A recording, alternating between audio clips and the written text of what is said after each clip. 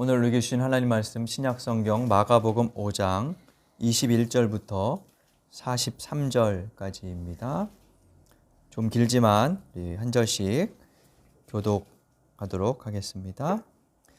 예수께서 배를 타고 맞은편으로 다시 건너가시니 큰 무리가 예수께로 모여들었다. 예수께서 바닷가에 계시는데 회당장 가운데서 야이로라고 하는 사람이 찾아와서 예수를 뵙고 그 발 아래 엎드려서 간곡히 청하였다. 내 어린 딸이 죽게 되었습니다. 오셔서 그 아이에게 손을 얹어 고쳐주시고 살려주십시오. 그래서 예수께서 그와 함께 가셨다. 큰 무리가 뒤따라오면서 예수를 밀어냈다. 그런데 12해 동안 혈루증을 앓아온 여자가 있었다. 여러 살에 보이면서 고생도 많이 하고 자손도 다 없앴으나 아무 혈이 없었고 상태는 더 악화되었다. 이 여자가 예수의 소문을 듣고서 뒤에서 무리 가운데로 끼어 들어와서는 예수의 옷에 손을 대었다. 그 여자는 내가 그의 옷에 손을 대기만 하여도 나을 터인데 하고 생각하고 있었던 것이다. 그래서 곧 출혈의 근원이 마르니 그 여자는 몸이 나은 것을 느꼈다. 예수께서는 곧 자기에게서 능력이 나간 것을 몸으로 느끼시고 무리 가운데서 돌아서서 누가 내 옷에 손을 대었느냐 하고 물으셨다. 제자들이 예수께 무리가 선생님을 애워싸고 떠밀고 있는데 누가 손을 대었느냐고 물으십니까? 하고 반문하였다. 그러나 예수께서는 그렇게 한 여자를 보려고 둘러보셨다. 그 여자는 자기에게 일어난 일을 알므로 두려워하여 떨면서 예수께로 나아와 엎드려서 사실대로 다 말하였다. 그러자 예수께서 그 여자에게 말씀하셨다. 딸아, 내 믿음이 너를 구원하였다. 안심하고 가거라. 그리고 이 방에서 벗어나서 건강하여라. 예수께서 말씀을 계속하고 계시는데 회당장의 집에서 사람들이 와서 회당장에게 말하였다. 따님이 죽었습니다. 이제 선생님을 더 괴롭혀서 무엇하겠습니까? 예수께서 이 말을 곁에서 들으시고서 회당장에게 말씀하셨다. 두려워하지 말고 믿기만 하여라. 그리고 베드로와 야고보와 야고보의 동생 요한밖에는 아무도 따라오는 것을 허락하지 않으셨다. 그들이 회당장의 집에 이르렀다. 예수께서 사람들이 울며 통곡하며 떠드는 것을 보시고 들어가셔서 그들에게 말씀하셨다. 어찌하여 떠들며 울고 있느냐? 그 아이는 죽은 것이 아니라 자고 있다. 그들은 예수를 비웃었다. 그러나 예수께서는 그들을 다 내보내신 뒤에 아이의 부모와 일행을 데리고 아이가 있는 곳으로 들어가셨다. 그리고 아이의 손을 잡으시고 말씀하셨다. 달리다굼. 이는 번역하면 소녀야 내가 네게 말한다. 일어나거라 하는 말이다. 그러자 소녀는 곧 일어나서 걸어다녔다. 소녀의 나이는 12살이었다. 사람들은 크게 놀랐다. 43절 함께 읽겠습니다.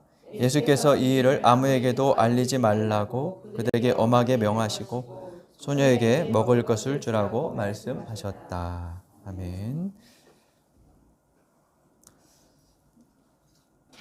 성경을 기록한 저자들은 글을 읽는 독자들 혹은 듣는 청중들에게 내용과 진리를 보다 효과적으로 전달하기 위해서 여러 가지 기법을 사용합니다. 언어 유희를 쓰는 경우도 있고 상징이나 은유를 비롯해서 평행, 대꾸, 교차 대칭법 등 다양한 문학 기법을 사용하는데요. 오늘 읽은 이 마가복음 단락은 샌드위치 기법이라는 그런 문학 양식을 사용한 대표적인 구절입니다. 샌드위치 기법이란 하나의 이야기 중간에 다른 이야기를 넣어서 전달 효과를 높이는 그런 방법이죠. 그래서 오늘 본문을 보면 처음에 야이로라는 사람이 등장하고 그의 딸에 관한 이야기가 나오다가 중간에 혈루증을 앓는 여인 이야기가 삽입되어 있습니다. 그리고 다시 야이로의 이야기가 이어지지요. 중간에 삽입된 사건은 서로 상반된 처지의 두 여성을 은근히 비교하게 하고 또 긴장감을 높여줍니다. 여자라는 공통점이 있었고 그리고 또 하나의 공통점은 12년 동안 병을 앓았다는 것 그리고 여자아이는 12살이었다는 것 12라는 숫자에 공통점이 있지요. 그리고 차이점도 몇 가지 있습니다. 우선 본문에서 두 여성은 주님으로부터 고침을 받는다는 공통점이 있는데 둘의 출신 배경이 전혀 다릅니다. 그리고 고침을 받는 과정도 닮은 구석이 없어요. 예수께서 갈릴리 호수 건너편에 갔다가 다시 주 활동지였던 갈릴리 가버나움이라는 곳에 돌아오십니다. 무리들이 하염없이 주님을 기다린 것인지 아니면 예수님이 배를 타고 돌아온다는 어떤 전가를 받아서 미리 기다리고 있었는지는 알 수 없지만 많은 사람들이 갈릴리 호숫가에 모여 있었습니다.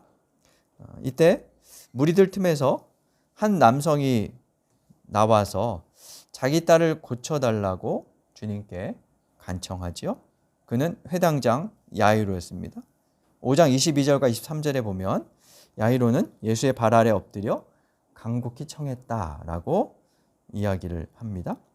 야이로에 대한 정보가 자세히 나오진 않습니다. 근데 하나 수식하는 것이 있죠. 22절에 보니까 회당장 가운데 야이로라는 사람 이렇게 이야기합니다. 회당장이라는 수식어가 있습니다. 당시 회당장은 지역의 유지, 권력자였다고 할 수 있습니다. 회당은 유대인들이 고향을 떠나서 바벨론의 포로 생활을 하면서 생긴 지역 단위의 모임 장소였어요. 유대교는 원래 예루살렘 성전에서 제사를 중심으로 하던 그런 종교였는데 회당이 성행하면서 차츰 회당에서 율법을 낭송하고 또 해석하는 율법 중심의 종교로 바뀝니다. 그래서 예수님 당시가 되면 율법을 필사하고 해석하는 서기관, 율법학자 이런 사람들의 역할이 중요해졌고 그들의 권위가 커져갔죠. 그리고 아울러서 각 지역에서 회당을 담당하는 회당장의 영향력도 커졌어요. 안식일마다 각 회당에서는 유대인 남성들이 모여서 강론을 듣는데 그때 강연자를 지명하고 세울 수 있는 그 사람이 회당장이었어요. 회당장은 단순히 관리인이 아니라 그 지역에서 상당히 영향력 있는 인사 중에 하나였을 겁니다. 야이로가 무리들을 제치고 주님 앞에 나아갈 수 있었던 것은 아마도 그 권세 덕분이었을 겁니다. 물론 애타는 마음에 맨 앞에서 기다리고 있었을 수도 있지만 그렇지 않다는 것을 전제로 모인 사람들이 야이로가 나타나자 자연스럽게 이렇게 길을 터 주었을 수도 있겠죠. 아무튼 이렇게 야이로는 예수님의 앞에 나타나서 정식으로 딸을 좀 살려달라고 청원을 합니다. 야이로의 딸은 권력을 가진 힘을 가진 아버지 덕분에 예수님을 초청할 수 있었던 거죠. 반면에 25절부터 나오는 혈루증을 앓던 여인은 사정이 달랐습니다. 그는 자신을 위해 대신 나서줄 사람이 주변에 없었죠. 더군다나 그녀는 사회에서 격리된 채 살아가야만 했었습니다. 레위기를 보면 몸에서 고름이 나오거나 여성들이 피를 흘리는 경우 부정하게 여겨서 일정 기간 동안 격리 조치를 했습니다. 피부에 뾰루지나 종기 같은 피부병이 생겨도 그렇게 했습니다. 그 이유는 아마 위생 때문이었을 거예요. 이게 어떤 병인지 원인을 알 수 없는 상태에서 한 사람의 병이 공동체 전체를 위험에 빠뜨릴 수 있으니까 공동체 안전을 위해서 환자들을 울타리 밖으로 내보냈던 거죠. 그러자면 뭐가 필요하냐면 어떤 사람을 내보내야 할지, 어떤 사람을 격리시켜야 할지 이런 이제 그 기준이 필요하겠죠. 그래서 아마 생활을 하면서 경험이 쌓이며 어떤 사람은 부정하다, 이런 경우에 격리시켜야 한다, 이런 이제 규정들이 생겨났을 겁니다. 그래서 레위기에 보면 부정한 사람의 경우들이 정해져 있고 그에게 부정에서 치유되는 방법도 역시나 제시하고 있지요. 그러니까 이런 규정들은 1차적으로는 위생이라는 관점에서 볼 수 있고, 그리고는 제의적인 관점에서도 볼 수 있어요. 그러니까 감염병의 확산 예방 혹은 제2의 정결함의 유지 뭐 이런 차원에서 이제 해석할 수 있죠. 그게 아마 원래 법 제정의 취지였을 겁니다. 근데 예수님 당시에는 그러한 법 제정의 취지가 사라지고 껍데기, 그러니까 허울만 남아서 종교적인 금기와 차별의 근거로 작용하게 되었습니다. 혈루증 환자, 피 흘리는 여자는 부정하다는 낙인이 찍혀서 갖은 수모를 당할 수밖에 없었죠. 사람들은 그들을 향해서 손가락질 했을 겁니다. 인과응보라고, 또 부모든 당사자든 죄를 지었기 때문이라고 그들에게 손가락질하며 밀어내고 고립시켰습니다. 의사의 경우도 의사의 대우도 아마 다르지 않았을 것 같아요. 그래서 마가복음 5장 26절에 보면 이 여자의 처지를 이렇게 전하죠. 여러 의사에게 보이면서 고생도 많이 하고 재산도 다 없앴지만 아무 효력이 없었고 상태는 더 악화되었다. 당시 여자가 자기의 몸을 다른 사람에게 보이는 것은 그 자체로 수치스러운 일이었습니다. 우리나라도 그랬죠. 그래서 외국 선교사들이, 의료 선교사들이 우리나라에 들어왔을 때 여성들은 사실 접근할 수가 없었어요. 그래서 몸을 이제 내보이거나 손을 만지게 하거나 뭐 이렇게 할 수 없는 상황이었죠. 그러니까 이 여인은 굉장히 치욕스럽고 또 괴롭고 외로운 그런 나날을 보내고 있었을 겁니다. 그렇게 구석으로 내몰렸던 혈루증을 앓는 여성은 예수님이 동네에 오셨다는 소문을 듣습니다. 이 여자의 출신이 어떠했는지 언급되지 않은 걸 보면 별 볼 일 없는 집안 배경을 가지고 있었던 것 같아요. 하나님의 기준에서 볼 때는 뭐 출신 지역이나 혈연, 지연, 학연 같은 것이 고려할 대상이 아니지만 성서에 대한 왜곡된 해석, 거기에서 비롯된 틀에 박힌 관습과 사람들의 삐뚤어진 시선은 이 여자에게 넘을 수 없는 벽이었을 겁니다. 그런 벽에 갇혔던, 백도 없고 권력도 없고 마을 사람들로부터 추방당했던 여성은 군중들 사이에 은밀하게 섞입니다. 동네 사람들이 자신을 알아보지 못하도록 뭔가 조치를 취했겠죠. 여기저기 의사들을 12년 동안 찾아다녔다면 아마 소문도 났을 것이고, 그런 사람과 접촉하는 것 자체가 부정해지는 것이기 때문에 발각되면 안 됐을 겁니다. 그래서 뭐 얼굴을 가리거나 뭔가 다른 조치를 취했을 가능성이 있습니다. 그리고 조금씩 사람들 틈바구니를 비집고 주님께로 갑니다. 야이로와 달리 정체를 숨기고 마치 구걸하거나 훔쳐내려는 듯 예수님 곁으로 다가갔을 겁니다. 그리고 주님의 옷자락을 붙잡습니다. 손만 대도 나을 것이라는 믿음으로 주님께 접촉한 거죠. 그때 그녀는 깨끗하게 나음을 입게 되었습니다. 근데 사건은 그 후로부터 벌어지죠. 예수님께서 무리들을 뒤돌아서 보시면서 내 옷에 손을 대는 사람이 누구냐 하고 찾으신 거예요. 제자들이 뭐라고 말합니까? 우리가 에워싸 떠미는 통에 우연히 손이 닿은 것이다. 뭐 이렇게 말하는 걸 보면 그러니까 밀치다 보면 뭐 옷이 스치고 뭐 그런 일들이 이제 벌어지니까 아마 그런 이제 현상으로 볼 수 있었을 거예요. 근데 주님은 기어이 여자를 찾으려고 둘러보시죠. 결국 그 여자는 두려워하여 떨면서 예수와 사람들 앞에 자신을 드러냅니다. 그동안 사람들 앞에 자신을 드러낼 수 없었던 여자가 이제 자기를 드러냅니다. 이 시간이 얼마나 흘렀을까요? 야이로의 마음을 한번 상상해 보실까요? 회당장 야이로의 입장에서는 지금 이 상황이 달갑지 않았을 거예요.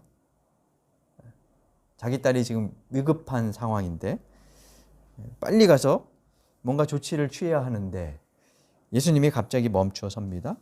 움직일 생각을 하지 않으시고 자기 몸에 손댄 사람, 이 수많은 사람 중에 누군지도 모르는 그 사람을 찾겠다고 이야기를 하십니다.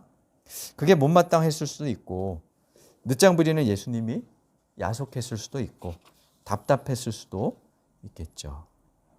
그럼에도 예수님은 야이로의 마음을 아랑곳하지 않고 기어이 여자를 찾아내 자초지종을 듣고 이렇게 말씀하십니다. 딸아, 내 믿음이 너를 구원하였다. 안심하고 가거라. 그리고 이 병에서 벗어나서 건강하여라. 그녀는 이유도 모른 채 12년 세월을 병과 씨름했습니다. 그 사이 율법에 따라 추방되어야 했고 부정해서 죄를 지었기에 부정한 병에 걸린 것이라고 손가락질도 받아야 했으며 사람들의 차가운 속단과 구설수에 영혼은 압살당했을 겁니다. 어쩌면 그녀의 12년 인생은 죽은 것과 다름없는 세월이었을지도 모릅니다. 그동안 자신의 처지를 누구에게 하소연할 수도 없었을 겁니다. 그러니까 이 여자는 침묵을 강요당한 채, 익명을 강요당한 채 살아왔을 거예요. 지금도 제자들과 사람들은 누구 하나 여인의 존재를 찾으려 하지도 않고 그녀의 목소리를 들으려 하지도 않지요. 근데 주님은 그녀를 찾습니다. 그간의 사정을 들어주시고 그녀의 목소리를 찾아주십니다. 12해 동안 침묵을 강요당했던 그녀가 주님 앞에서 마을 주민들 앞에서 공개적으로 자기 이야기를 하는 장면을 떠올려 보십시오. 한편으로는 부끄럽기도 했을 것이고 이야기하며 마음이 풀어지는 그런 경험도 했을 수 있겠죠. 고통스러운 나날들을 수레합니다. 늘 자신을 도끼는 뜨고 쳐다보며 수군거렸던 마을 주민들 모두가 자신의 이야기를 지금 듣고 있습니다. 오늘 공동 기도로 읽은 정호성 시인의 식구를 빌려 표현하자면 그동안 모든 이웃들이 창문을 닫아 벽으로 만들어 그녀 앞에 세워두었었습니다. 그런데 이제 창문을 열고 자신들 곁에서 고통스러운 12년 세월을 보내고 있던 한 여인을 바라봅니다. 여기 내가 있다고 12년 전부터 있었다고 계속해서 손을 흔들었던 그녀가 지금 보입니다. 지금 예수 앞에서 혈루증 여인이 입을 열어 목소리를 내는 순간은 12년 동안 짓밟혔던 존엄과 생명이 회복되는 순간입니다. 한편 애석하게도 주님이 혈루증 여인을 치유하고 그와 이야기를 나누는 사이 회당장 야이로의 집에서 안타까운 소식이 들려옵니다. 시름시름 앓던 딸이 죽었다는 거죠. 야이로는 상심했을 것이고요. 한편으로는 저 혈루증 여인이 원망스러울 수도 있을 것 같아요. 저 천박한 죄인이 길을 막는 바람에 살 수도 있었던 내 딸이 죽었다. 이렇게 생각했을 수도 있겠습니다. 또 예수님을 향해서 왜 저희 환자를 고치려고 또 이야기하려고 시간을 허비했느냐 하고 원망했을 수도 있습니다. 부정한 여자를 먼저 고쳐준 것에 대해서 자존심이 상했을 수도 있어요. 신분의 차이가 있었다면 자기 딸을 좀 먼저 이렇게 고쳐주면 좋은데 하찮은 여인을 부정하다고 손가락질 받는 여인을 손댄다면 좀 자존심 상하겠죠? 내가 후손위로 밀렸다니? 이럴 수도 있겠습니다. 주변에서 더 이상 선생님을 괴롭게 하지 말라는 소리도 들려옵니다. 야이로의 낙담과 원망을 예수님이 보셨을까요? 주님은 회당장에게 두려워하지 말고 믿기만 하라며 그의 집을 향해 계속 걸어가십니다. 드디어 예수 일행이 회당장의 집에 이르렀습니다. 그런데 그 집에는 두 가지 소리가 겹쳐 시끄럽습니다. 38절에 보면 통곡 소리가 들렸고요. 40절에는 예수께서 이 아이가 잔다라고 말씀하신 소리를 들은 사람들이 비웃습니다. 통곡과 비웃음이 겹쳐져 있습니다. 딸의 죽음을 슬퍼하는 소리, 그가 죽은 게 아니라 잠든 거라는 주님의 말씀을 비웃는 소리가 시끄럽게 울립니다. 먼저 애곡하는 소리는 때로 필요합니다. 인생에는 고통과 번민이 수반되기 때문에 그때 무조건 울지 말아라 라고 하는 것은 또 다른 폭력일 수도 있을 것 같아요. 그래서 충분히 울게 해주고 슬퍼하게 해주는 것도 필요할 수 있습니다. 한바탕 울고 나야 마음이 잔잔해지는 경우도 있기 때문입니다. 하지만 조소와 냉소하는 것은 어떤 경우라도 피해야 합니다. 그것은 사람들 사이에 벽을 세우는 일이기 때문입니다. 주님은 그들을 내보내십니다. 그리고 죽은 소녀를 향해 그의 손을 잡고 선포하시죠. 달리다굼 소녀야 일어나라. 여기서도 주님은 소녀의 손을 잡으세요. 시체를 만진다는 것은 역시 부정한 일입니다. 그러나 앞에 혈루증을 앓았던 여인 이야기에서처럼 소녀를 살리는 일에 있어서도 예수님은 접촉하십니다. 두 경우 모두 유대인의 정결 규례에 따라 부정한 행동이었습니다. 율법의 벽을 넘으시고 깨트리시는 행동을 하신 거죠. 주님의 이와 같은 행동으로 12살 소녀는 일어나 걷습니다. 온 가족의 슬픔이 변하여 기쁨이 되는 순간을 맞습니다. 주님은 죽음을 선고하는 분이 아니십니다. 벽을 만드는 분은 더더욱 아니십니다. 예수님은 생명을 선언하시는 분이시며 하나님과 사람 사이, 사람과 사람 사이의 벽을 창이 되게 하시는 분이십니다. 벽 뒤의 존재가 익명의 여인이든 힘 있는 재력가의 딸이든 주님께는 상관이 없었습니다. 혈루증 있는 자나 시체와 접촉하면 부정해진다는 그릇된 관습, 종교적 금기도 그분께는 문제가 되지 않았습니다. 예수님께서는 세상을 회색 잿빛으로 물들이는 금기를 깨뜨리시며 오래 열지 않아 벽이 되어버린 창을 열어 생명의 빛이 들어오게 하시고 서로를 보게 하십니다. 우리가 그리스도로 고백하는 예수님은 이처럼 벽을 허물고 생명을 살리는 분이십니다. 그것은 그분이 생명에 대한 존중과 외경을 품으신 분이기 때문입니다. 기적은 그런 마음으로만 일으킬 수 있습니다. 그리스도인은 그 마음을 가지고 그 마음을 전하는 자여야 합니다. 냉소와 조소로 벽을 세우는 사람이 아니라 창을 열고 하늘 빛을 받게 하는 사람, 밤하늘에 떠 있는 별을 보게 하는 사람이어야 합니다. 우리가 그와 같은 하나님의 자녀가 되어 벽 뒤에 가려진 수많은 사람들에게 빛을 비추게 하고 별을 보게 하는 그러한 하나님의 자녀들이 될 수 있기를 간절히 바랍니다. 주신 말씀 되새기며 다짐의 기도 드리겠습니다.